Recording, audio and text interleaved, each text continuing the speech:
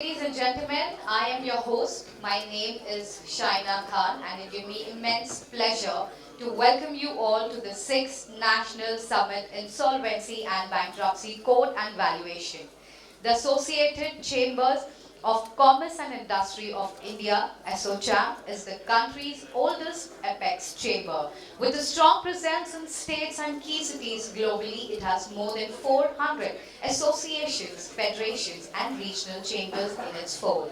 In our earlier edition, we have received an overwhelming response from the industry in creating a vibrant platform for an encouraging dialogue between policymakers, regulators, and industry stakeholders. In order to continue to this dialogue, we have organized this 6th National Summit on Insolvency and Bankruptcy Code and Valuation with an object to analyze the issue and concern in detail. Ladies and gentlemen, we will begin this conference with lamp lighting ceremony, and to do the honor, firstly, let me once again welcome our chairperson. He had a very busy schedule, and sir, we would like to thank you for gracing this occasion. He has joined us online, our Honorable Chairperson, Insolvency and Bankruptcy Board of India, IBBI, Shri Ravi Mittal. I request Shri Santosh Shukla, ED, Insolvency and Bankruptcy Board of India. Shri Behram and Vakil, Founder and Senior Partner, AZB and Partners. I will request you, sir, to please join us for the lamp lighting ceremony.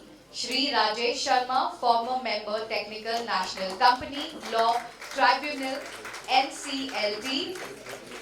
Shri Ashwini Kumar Tiwari, MD, State Bank of India. Shri Sumit Khanna, Subject Matter Expert, Deloitte.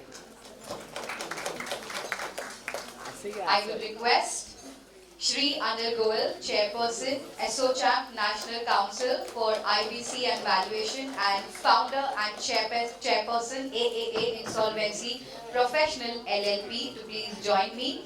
I request Ms. Pooja Mahajan, Co-Chairperson, ASSOCHAM National Council for IBC and Valuation and Managing Partner, Sir. Chantyok and Mahajan, Advocate and Solicitors, to please join us for the lamp lighting ceremony. I request Shri Shailendra Ajmera, Partner Transaction Advisory Service, EY, to please come forward.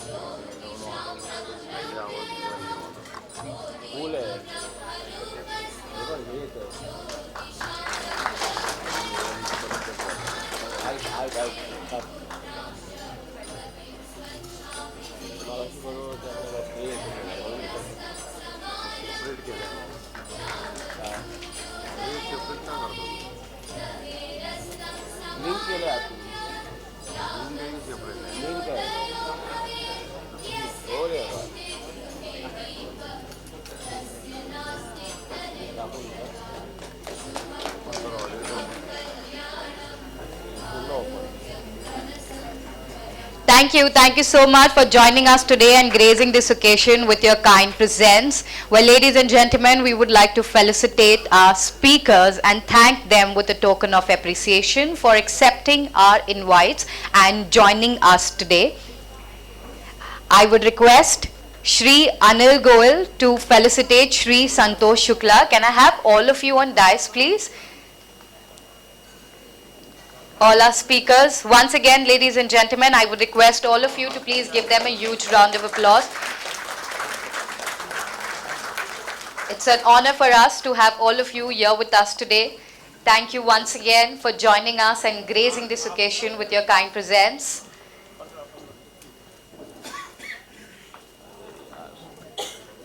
And as I mentioned, we would like to felicitate our speakers. I would request Shri Anil Goel to felicitate Shri Santosh Shukla.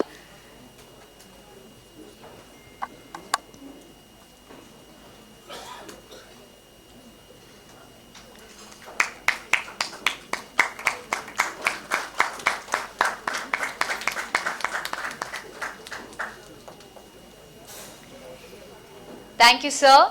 I now request Ms. Pooja Mahajan to felicitate Shri Rajesh Sharma.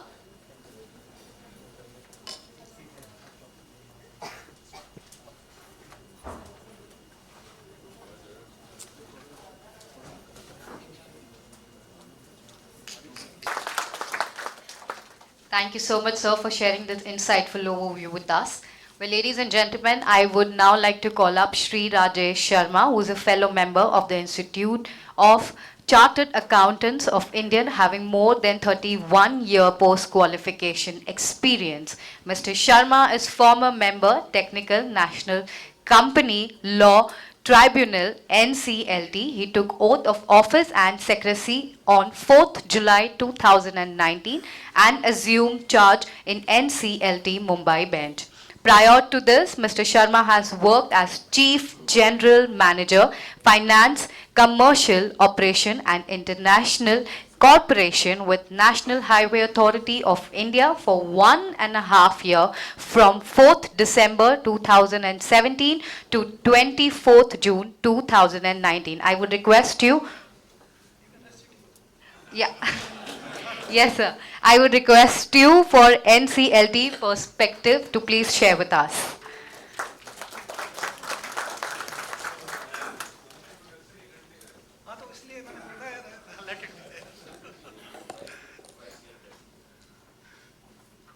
Good morning. Before I start, please join me in welcoming Mr. Kishore Vemulapalli, Member Judicial, NCLT Mumbai bench.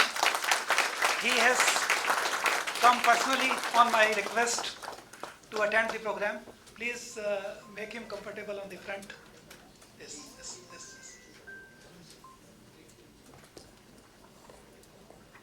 Mr. Kishore and myself shared the bench for about 9 months or so. And the beauty is, you won't believe, both of us, when we were sitting on the benches, and whenever we used to, we were discussing any matter, we were hearing, and after that we were giving dates. Many a times it happened, even the date we are writing the same. Well, that much meeting of mind you can understand.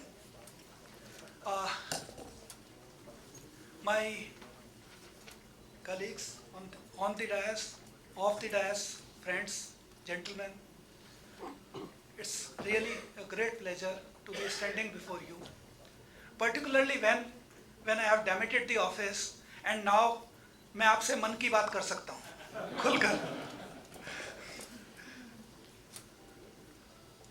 See, of course, lot of issues have been raised with respect to NCLT, delays. What is happening is that all the delays put together are coming and being put on NCLT site. And the members in NCLT cannot go to the public and say that these are the problems which they are facing. Today, at least, I am fortunate that after demoting the office, a few things I can share with you, and I can share these things with open heart.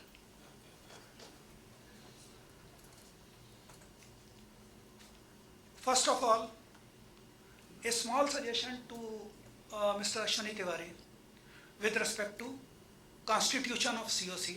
Of course, he cannot take responsibility of all the financial institutions, but he can being a sizable institution into this system, he can take this responsibility. Mr. Tiwari, the basic problem which we have found sitting in the benches is with respect to constitution of COC. You know, what is happening is the member deputed by the financial institution to COC, he is not aware about the case at all. He is not into the business at all. He is not into the project at all. He has been assigned that he is to represent it to COC, and after, you know, whatever deliberations are there in COC, he will just take it forward, give it to the a report to his office, and then the entire process will come. Of course, the process has to be completed.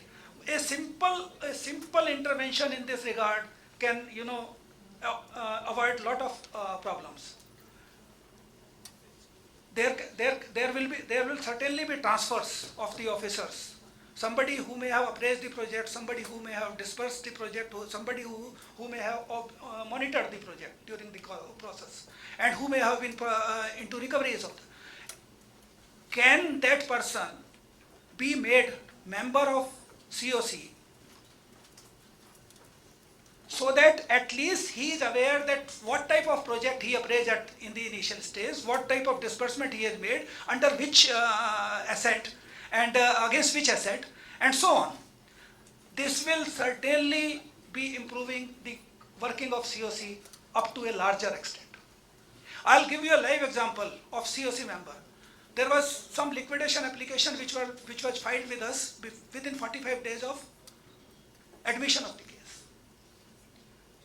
I was just looking at that, what is happening, when was the date of admission, and what is the date of resolution of the COC for resolution of the company. There was exactly 43 days.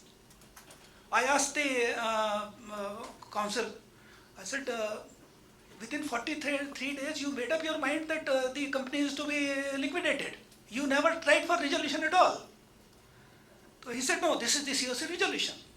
And he is bound by that, nothing else. We asked him that, is RP there? RP was incidentally there at that time. RP said that, I am bound by the COC decision, this is the liquidation. And we said, please request next time, let the COC come and tell us that what is happening. When COC came, we asked them, you did not try for resolution. They said, we were having the mandate that the company is to be liquidated. We asked them, what is the valuation of the company? Now here the valuation thing comes. This RP said that 6.5 crore, there is some office in the South Mumbai area which will be sold. We said, we asked them, what is the exposure you are having? 150 crore. Now tell us, any person who is having a rational mind, 150 crores were disbursed to somebody, and today the valuation is just 6.5 crore, that too is a office. What we asked them what the company was doing. They said, sorry, I will be taking 2 minutes and I will not be taking more time than that. We asked them, what is this? So they said there were some diamonds in the stock in trade which have stolen. Very good. We said, promoter has taken it. Have you filed any FIR against them? No. Liquidation कर दीजिए इसका. अब आप बताइए, bench पर बैठ करके हम सिर्फ लिक्विडेशन करने के लिए तैयार होंगे? We asked, promoter भी आ गए. Promoter said 60 crore rupees settlement proposal is already with the banks and they are not agreeing to it. We asked COC members that why are you not agreeing? What is the problem? They said no, we resolved that they should be paying 85 crore. We said you can sit together. If 60 and 85, not much difference, you can always be somewhere in between. And the promoter, now here comes the situation of this COC and member. RP was not aware about the project. COC was not aware about the project. Promoter informed us that 80 crore rupees ECGC guarantee has been released by the ECGC corporation and it is lying in the bank account of the company. Now you can well understand a company which was valued at 6.5 crore rupees is having 80 crore rupees ECGC settled claim lying in the bank account of the company, 60 crore rupees promoter is paying for settlement OTS, and the company is being liquidated. And I'm fortunate. This happened about 2.5 years back, and the day I was demitting the office, about 1 week before, Kishorji and myself were sitting together. This company brought out of the liquidation, it went back to the promoter, and 60 crore, 75 crore rupees was the settlement amount of the promoter, and 80 crore was well utilized for the economic value of the country. So we have to slightly put our mind. If we would have just passed the liquidation order straight away, what would have happened? An economic asset of the country would have gone in waste. A small suggestion to IBBI with respect to RP. Today what we expect from RP, that he is having 10 heads, 20 hands, and he can do everything in this, under the sky. Everything he is performing. A person who is having a RP entitlement, he may be a chartered accountant, he may be an engineer, he may be an MBA, he may not be knowing even the ABCD of that particular project in which he is RP. There are 3 ways of handling this situation. Number 1, he can be in close coordination with the promoter to run the company. Or they can be at war level. What will happen if you don't entertain the promoter? He will start complaining against you. RPs are getting a lot of complaints by the suspended board and all that.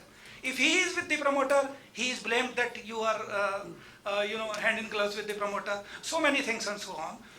A small suggestion to IBBI, for a threshold limit of, let's say, 1,000 crore and above, 500 to 1,000 crore, 100 to 500 crore, they can appoint some administrators who are having certainly the basically blessings from the bench, where the COC meetings, wherever there are opposite direction actions from the COC members or so, he can at least put them together on the similar lines of arbitration. May not be directly arbitration, but like arbitration only, putting administrators on at least bigger and crucial projects. Things can improve, and we are very positive about that. The things are on the right direction. Only thing is that some tweaking is required, which everybody is taking care of, and IBBA is spearheading this. Thank you very much, and I am available to all of you. You can call me anytime.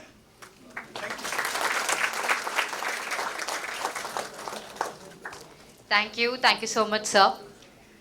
Well, ladies and gentlemen, I would now like to invite Shri Ravi Mittal. Shri Ravi Mittal is a 1986 batch India Administrative Service IAS officer of Bihar cadre. Shri Ravi Mittal holds degree of BE in Mechanical Engineering and MPhil in Environmental Science. He has also served on boards of various organizations, including State Bank of India, Punjab National Bank, GIC, etc. During his service, he has served in various capacities in various ministries and departments of the government. I would request him to please step forward for address by our chief guest. Please give a huge round of applause for him, ladies and gentlemen. Our honorable chairman. Am I audible? Yes, sir. So thank you very much for inviting me to this conference. I apologize for not coming physically. There was a late meeting yesterday evening, and I could not make it physically to this meeting. Sorry. Now, I have heard some of the speakers who spoke before me. We have also had a lot of interactions with resolution applicants because today we are talking about promoting investments in IBC. So I will limit myself to this subject. So we have had a lot of interactions with prospective resolution applicants and investors. Now, I divide their problems or their issues into 3-4 categories. Let us first deal with the first category, and that is they need transparency in for bidding. They need a good information memorandum. They want that the bidding should happen very fast, because if there is delay, then what happens is that they may have bid according to some assumptions, and those assumptions must have gone back. So we need to increase transparency in bidding, and we need to increase the speed of bidding. Now, to increase transparency of bidding, we have made some changes in the regulations in October. We have requested banks to provide some information to the resolution professionals, and we have also revamped the information memorandum, which will help the resolution applicants in better bidding. But I think one thing more needs to be done is that the entire valuation should also be put up in public domain. So we are considering as to how to put the valuation in public domain. And this valuation should also be discussed in the COC. Just now we heard Honorable ex-member saying that there were problem in valuation of a company. Now, these problems can be taken care of if the valuations are discussed openly